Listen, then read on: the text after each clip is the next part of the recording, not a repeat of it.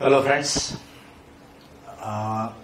the CA Institute has come out with the new syllabus which is effective from 1st July. 1st जुलाई के बाद जो भी student registration करेंगे वो bye compulsion new syllabus में ही registration होंगे। अभी क्योंकि 1st जुलाई आने में एक अराउंड 10-12 डेज का टाइम है, 10-11 डेज का टाइम, इसलिए मैं ये बात को डिस्कस करना चाहूँगा कि क्या पुराना सिलेबस ज्वाइन करना ज़्यादा एप्रोप्रिएट, ज़्यादा प्रॉपर होगा। ठीक है, मैं अभी बहुत ज़्यादा उसके बाकी डिटेल्स में नहीं जाऊँगा। जो सिलेबस है, जो एग्जामिनेशन का पैटर्न है अंडर द न्यू सिलेबस, और जैसा मैं अपने इतने साल के टीचिंग एक्सपीरियंस से बोल सकता हूँ कि स्टूडेंट का जो पढ़ाई का अप्रोच होता है, स्टूडेंट की जो स्ट्रेंथ्स है, वीकनेसेस है, उस पर से मैं ओपिनियन दूँ। अगर स्टूडेंट मुझ पर बिलीव करें तो मैं बोलूँगा जो भी स्टूडेंट अभी ओल्ड सिलेबस के रजिस्ट्रेशन के लिए एलिजिबल है, उन्होंने विदाउट फेल, बगैर कोई इफ्स एंड बट्स सोचे, बगैर कोई समय गवाए, ओल्ड सिलेबस में रजिस्ट्रेशन कर लेना चाहिए। हर चीज़ का old syllabus, CPT, IPCC, CA final, new syllabus के कंपैरिजन में कंपैरेटिवली इजियर है टू पास। न्यू सिलेबस ज़्यादा एलिबरेट है, ज़्यादा लेंदी है, आगे आने वाले के लिए अच्छा है, बुरा नहीं है, लेकिन जब आपके पास चॉइस है तो मैं चाहूँगा कि आप पुराने सिलेबस में अपना रजिस्ट्रेशन कराएं। इसमें ज़्यादा पर्टिकुलरली जो स्टूडेंट अभी सीपीटी के लिए एलिजिबल है, तो जिन्होंने भी अभी 12th एग्जाम पास किया विदाउट फेल, आप अगर सीए करना चाहते हैं तो सीए इंस्टीट्यूट के सीपीटी का रजिस्ट्रेशन करा लीजिए। 30 जून का टॉप डेट है, 30 जून निकल गई, then you will not be entitled for this old syllabus. CA institute is very strict on its rules and regulation. वो डेट निकल गई, उसके बाद कोई भी आपकी मदद नहीं कर सकता है। आपको फिर सीए फाउंडेशन, जो कि नया सिस्टम होगा, नया सिलेबस होगा, उसी में रजिस्ट्रेशन करना पड़ेगा, बराबर। इसलिए जो अभी 12th पास हुए हैं वो अभी के अभी सीपीटी का रजिस्ट्रेशन कराने, समय भी बचेगा। You will be able to appear in the coming December examination.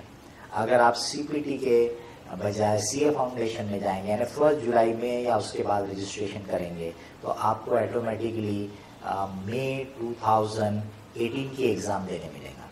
तो you lose 6 months, number 1। Number 2, it will be more tougher.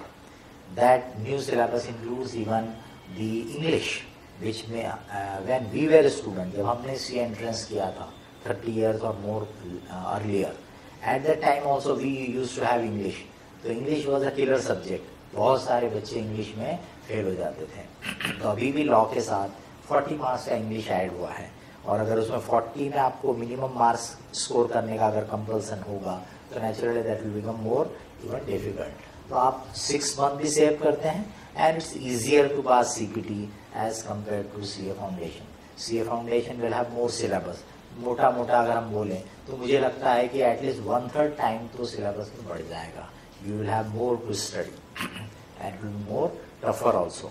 Accounts will be your normal full paper, subjective type of paper which will have full problems, theoretical questions, and not multiple choice type of paper. Similarly, law और English का paper भी आपका normal subjective paper, जिसमें आपको detail में लिखने की ज़रूरत पड़ेगी, इसका मतलब वो मल्टीपल चॉइस नहीं होगा। इस हिसाब से अगर देखा जाए तो आपके लिए ये बेटर ऑप्शन है कि आप ओल्ड सिलेबस में रजिस्ट्रेशन कराएं। जिन्होंने अभी 10 पास किया हो वो भी अभी से सीपीटी का रजिस्ट्रेशन करा सकते हैं, क्योंकि सीपीटी का रजिस्ट्रेशन 10 पास कर सकता है। उनको एक ही अटेम्प्ट मिलेगा सीपीटी का, मई 2019 का, यानी जून 2019 का। But still if they are sure एक अटेम्प्ट में पास कर सकते हैं तो उनका 6 months भी सेव होगा और पुराने सिलेबस का एडवांटेज उनको मिल जाएगा। जिन्होंने अभी 11th वगैरह पास किया होगा वो भी रजिस्ट्रेशन करा लें, they will be able to get 2-3 attempts, बराबर, और सीपीटी का एडवांटेज मिल जाएगा। इसलिए विदाउट फेल सीपीटी का रजिस्ट्रेशन करा लीजिए अगर आप उसके लिए एलिजिबल हैं तो।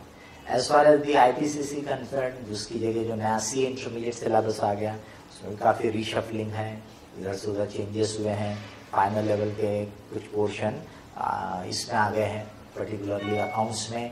तो अब जैसे सीपीटी जो बच्चे अभी जून में दे रहे हैं, आज यानी कल उन्होंने एग्ज़ाम दी होगी सीपीटी की और उसका रिजल्ट आएगा जुलाई में, तो नेचुरल है उनको तो सी इंटरमीडिएट में ही रजिस्ट्रेशन करना पड़ेगा, उनके पास कोई चॉइस नहीं है, बराबर। उनको तो म्यूज़िक ही फेस करना पड़ेगा।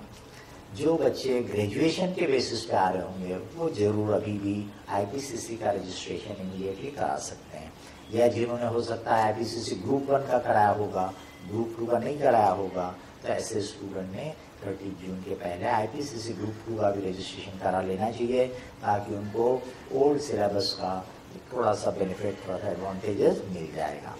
आईपीसीसी का भी सिलेबस, पुराने सिलेबस आईपीसीसी के कंपेरिजन में सी इंटरमीडिएट का सिलेबस ज़्यादा एलेबरेट है, ज़्यादा टफ है। फाइनल पे नहीं आऊँगा क्योंकि फाइनल अब जो भी बच्चे आईपीसीसी पास होंगे फाइनल के लिए एलिजिबल होंगे, उनको तो न्यू सिलेबस में ही 1 जुलाई के बाद रजिस्ट्रेशन करना पड़ेगा, है ना। जो कोई पुराने स्टूडेंट हों जो एलिजिबल है पर फाइनल के लिए अभी तक रजिस्ट्रेशन नहीं कराया है, वो जरूर पुराने सिलेबस में रजिस्ट्रेशन करा सकते हैं।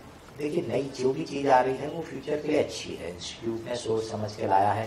कई उनको पुराने में कमियां नज़र आ रही थी, स्टूडेंट अच्छे से पढ़ाई नहीं करते थे, कोर एरिया, कोर सब्जेक्ट जैसे अकाउंट जैसा सब्जेक्ट है उसको भी निगलेक्ट करते थे, ठीक से पढ़ते नहीं थे। स्टूडेंट्स के लैंग्वेज में काफ़ी वीकनेसेस नज़र आते हैं, they are not able to communicate properly, they are not able to write English correctly, they are not able to interpret correctly. तो इस वजह से जो चेंजेस हुए हैं, definitely it is for the good of the profession. लेकिन क्योंकि आपके लिए अपनी एग्ज़ाम भी एक टारगेट होती है और अभी आपके पास चॉइस है अगर, तो आप पुराने सिस्टम का, पुरानी पॉलिसी का बेनिफिट ले लीजिए और आप रजिस्ट्रेशन 30 जून तक विदाउट फेल करा दीजिए। तो शॉर्ट में अगर बोलूँ तो फर्दर डिटेल में जाए बगैर कोई भी स्टूडेंट जो 30 जून तक एलिजिबल है सीपीटी के लिए तो सीपीटी का रजिस्ट्रेशन करा ले, आईपीसीसी के लिए तो आईपीसीसी का रजिस्ट्रेशन करा ले, सीए फाइनल के लिए तो सीए फाइनल का रजिस्ट्रेशन करा ले। 30 जून के बाद आपको कोई भी पुराने सिलेबस में एडमिशन नहीं दिला सकता है, फिर उसके बाद न्यू सिलेबस ही आपको फेस करना पड़ेगा। Okay, all the best.